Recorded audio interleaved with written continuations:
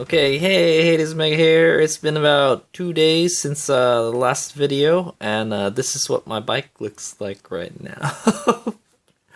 I don't remember what the last video was about, but yeah. So what had happened was it didn't work, and I need to quickly switch out the harness to test to see if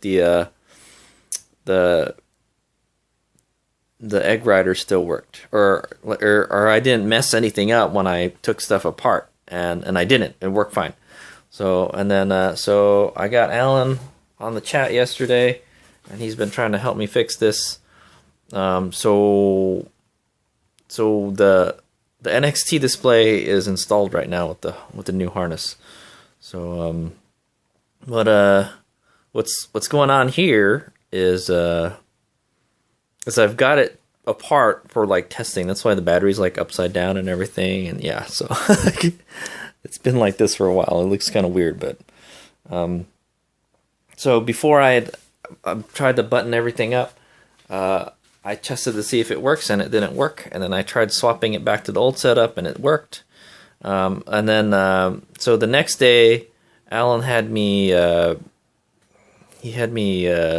put a new map in the or new kind of settings, like a settings file into the controller, and but he told me to change a bunch of stuff, and it still wasn't working. And then he said, "Oh, just flash the new file over onto the controller." So he sent me a settings file. So I changed it, and then that changed the passcode to write protect or write enable the controller.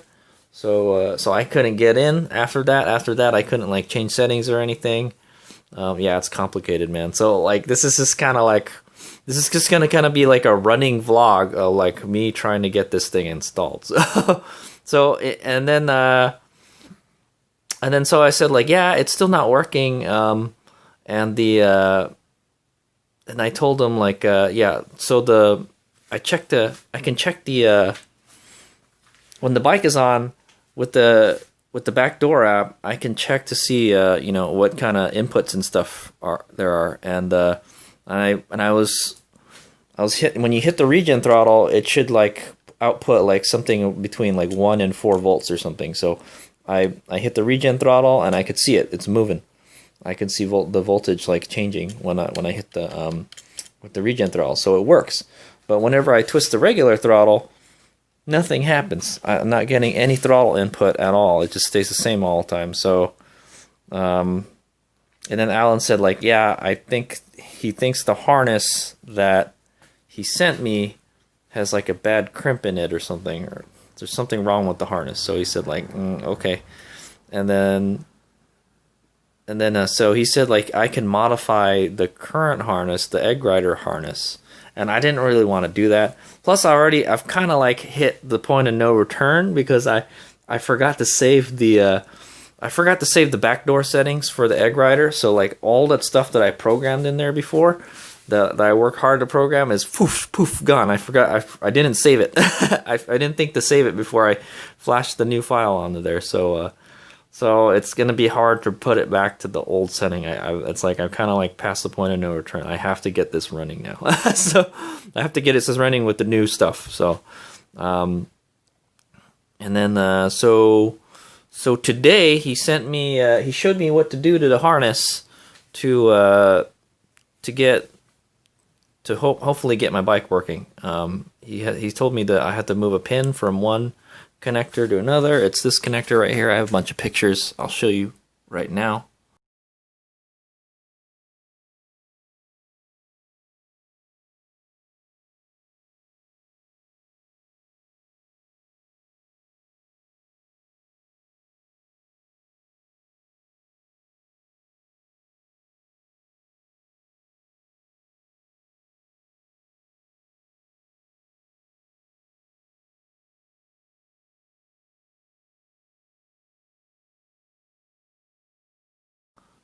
yeah, so I had to basically disassemble this whole connector here, and I had to move one of the pins somewhere else. It was a pin with like 2 wires to go into it, so that has something to do with the throttle. So I've never actually worked with one of these guys before.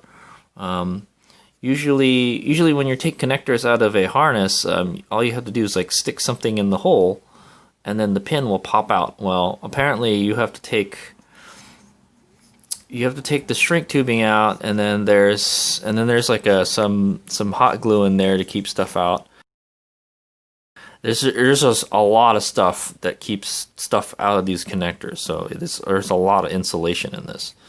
And then you have to take a plastic holder out. Then you have to take a kind of this silicone rubber seal thing out, and you have to like pull it all out, and then you have to pull this white part out, and then when you take the white part out and you got all that crap out from the back there, the connector's kind of free, and it's kind of a weird connector. It's I'm used to having the ones where like the pins have the little tab on it. There's a little tab that prevents it from backing out, you know.